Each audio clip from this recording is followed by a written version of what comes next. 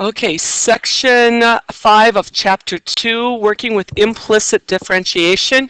We are going to work kind of just with normal equations here, day 1, and then day 2 we'll pull in with the trig functions and look at that. So first off, I guess if we're going to do implicit differentiation, we should know the difference between what the word explicit means versus implicit. If I talked about something explicitly, I'm making myself very clear, I'm representing it very matter of fact. It's quite easy to interpret. So an example in mathematics would be like y equals 3x plus 2. This tells me if I put in an x, which would be my independent variable, I will get out some value for y, and this would be known as the dependent variable, right? And it's very explicit. Y equals this stuff. Versus implicit. Implicit, if we look at the definition of implicit, go down to number 4 and read that one. It says mathematics, so kind of the mathematic application here. Having the dependent variable not explicitly expressed in terms of the independent variable, such as, and they give the example, x squared plus y squared equals 1. So there's an example, and certainly they can get a whole lot more complicated where it becomes quite difficult to separate out your y variable and have the dependent on one side. What am I doing here? And the dependent on one side and the independent on the other. So I still wouldn't be done here yet. I'd want to get down to y equals, and I'd end up with plus and minus. I really take this into two equations, the positive and then the negative. Looking at this screen, just talking about implicit versus explicit, if I had the word explicit over here, some of these functions I would categorize as being explicit, and that would be like this one, y equals 3x squared plus 2x. Dependent variable y is dependent on x squared and x there. Y equals cosine of x times y. Well, when I look at this function, this is really the cosine of x times y. I would not be able to separate out that x and y. So really, this function is going to get categorized as implicit. Y equals sine x, that's going to be here. This one I'm going to toss over there as implicit. However, it's a little bit of work. I think I could get that into a y equals. Here, obviously, y equals, oh, I'm sorry, putting them on the wrong side. Y equals would be explicit. This one I'm going to categorize as explicit because it would be super easy to get this in terms of y equals 12 divided by x. And then this one is mumble jumbled, x, y's together. Let's categorize it as implicit. So now the real question is, well, if I can't separate out the y very easily, how do I take the derivative of it? That's our objective for today. How do we take the derivative? There are like 4 steps I would kind of follow through on. On your notes, you have that first one listed. Here is the second one. Collect all the terms with the dy and dx on one side. Factor out your dy, dx, kind of like a GCF. If I have 2 factors that have dy, dx in common, I'm going to factor it forward and then solve for it. Step 4. If you need to write those down, hit pause and do so. Implicit differentiation allows us to find derivatives of functions that are not defined or written explicitly as a function of a single variable. So some easy starter ones here. Take the derivative with respect to x. Now this is important because this is what our differential is going to represent then on the bottom with respect to x. So this notation here says take the derivative of the function y with respect to x. To do that, this would just turn out to be dy dx. Another way to see this is if I take the derivative of y, it has a variable or an exponent of 1, and when I take the derivative, the 1's going to come down, and then it switches to a 0, correct? And then what I need to do is chain rule that was the power rule. The 1 comes down, moves to a 0, and then I would do the derivative of y, dy dx. But we all know that y to the 0 is truly 1, so I just really come up with 1 dy dx. Long story short, the derivative of y is dy dx. You know, as we've been doing our initial derivatives here, and we had like y equals 3x squared, we've always written dy dx. Well, that's because we were taking the derivative of y as well. We were doing it on the left side as well as the right side. So we've been doing it all along. It's just we didn't talk about it a whole lot yet. The next one, derivative of 2y, well, the 2 will stay there, and the derivative of y, it has a power of 1. The 1 comes down, multiplies by the 2. The 1 switches up to a 0, doesn't it? And then I have dy dx.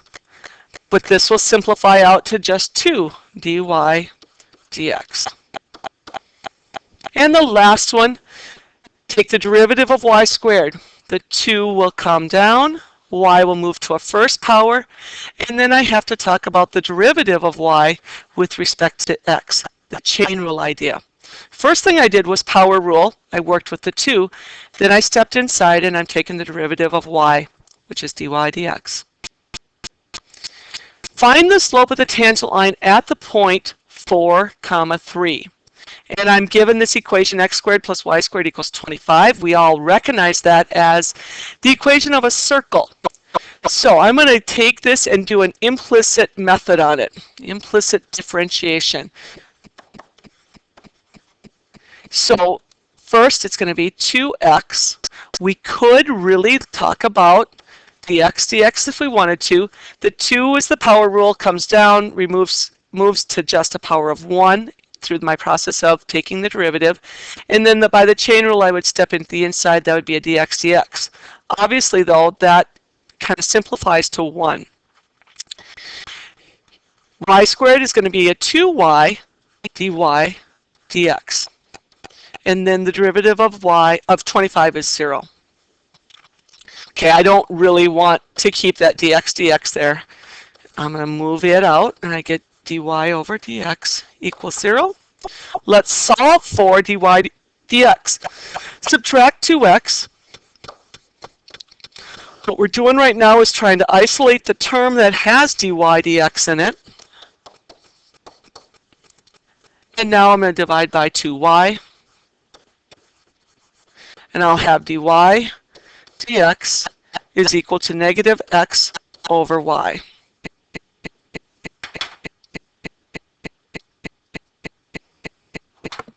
All right, so let's try another example. Take the derivative with respect to x. Y squared will become 2y dy dx. Just get in the habit. Wherever you have a y, replace it with dy dx to finish it.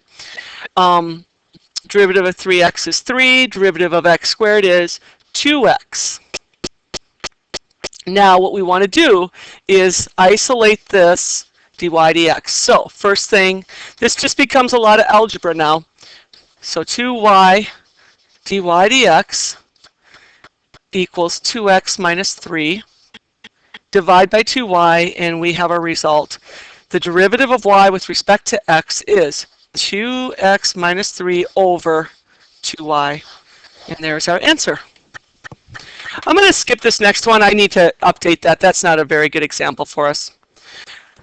Take the derivative with respect to x. The key to doing implicit differentiation is to use your derivative rules on every term, remembering to use the chain rule when necessary. So just keep that in mind.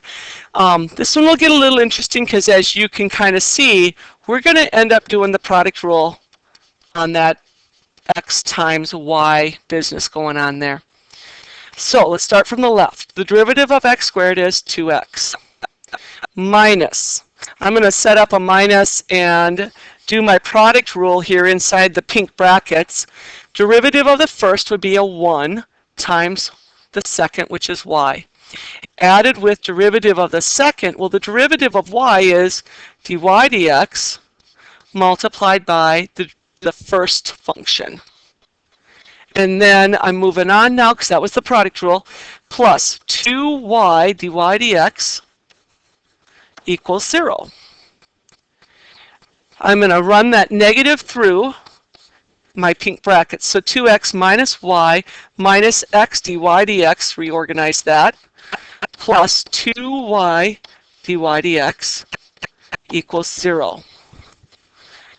Keep in mind what our objective is to get dy dx by itself. So let's take both of these terms and move them over to the other side. So I can do that through subtraction, basic algebra, right? Minus 2x and a plus y. I eliminated them over here, or they added up to 0, and I've got negative x dy dx plus 2y dy dx equals negative 2x plus y. Now, notice this. That is a common factor, if you want to think of it that way, in common to both terms. We're going to pull that forward, which is like pulling the GCF out. So I'm going to pull that away. That'll be a dy dx, leaving a negative x plus a 2y. That'll equal negative 2x plus y. And now we want to get dy dx by itself, so let's divide by this grouping here. And we now have a result, dy dx equals negative 2x plus y over negative x plus 2y. This is really similar to what you will be doing on several problems. And then we've got the quotient rule, take the derivative with respect to x. So I can identify right here, this is definitely going to be quotient rule going on. I suppose I probably could turn it into multiplication if I wanted to. I could multiply both sides by this 2 plus y and turn it into product rule. I might be a fan of doing that. I think I will. So 2 plus y, multiply that and bring it up to the other side, multiplied by 3x gives me 2 minus y. So I've just kind of skirted around doing the quotient rule, but I still, have to now do product rule. So let's go do our product rule. Derivative of the first. Well, the derivative of the first. The derivative of 2 would be 0. The derivative of y would be dy dx. Now that you understand how I got that, I'm going to erase that first part off, and we'll stick with the dy dx. Multiplied by the second function, added with derivative of the second function, which would be 6x, times the first, 2 plus y. That equals derivative of the right side. Derivative of 2 is 0. Derivative of negative y will be negative dy dx. Keep solving. And let's see, we've got a negative dy dx on this side, and I've got this. I've got to bring these together. Let's just go ahead and subtract 3x squared dy dx term to this side, negative 3x squared dy dx coming to that side. That will leave me 6x and 2 plus y. On the left, or the right side here, I have negative 3x squared dy dx minus dy dx. GCF out that dy dx, and that's going to leave me with a negative 3x squared and a minus 1. Don't forget that minus 1. 6x, 2 plus y over on the left-hand side. Finally, to get dy dx completely by itself, we'll use division, and there is our answer. Okay, homework. Homework for this section are those problems there, 1, 2, 4, 5, 7, 8, 19, 21, and 23. And you can use quotient rule here, or if you like that product rule, you could try that. Oh, seeing these values here, I guess I did not completely finish the answer on, where was it at, guys? There was one I thought they gave us a point to, but I'm not seeing it right now. Anyway, when you get done with this one, what you're going to want to do is plug in 2. When you get your dy dx, substitute the value of x being 2 and y being 0, and you'll get your derivative at that given point.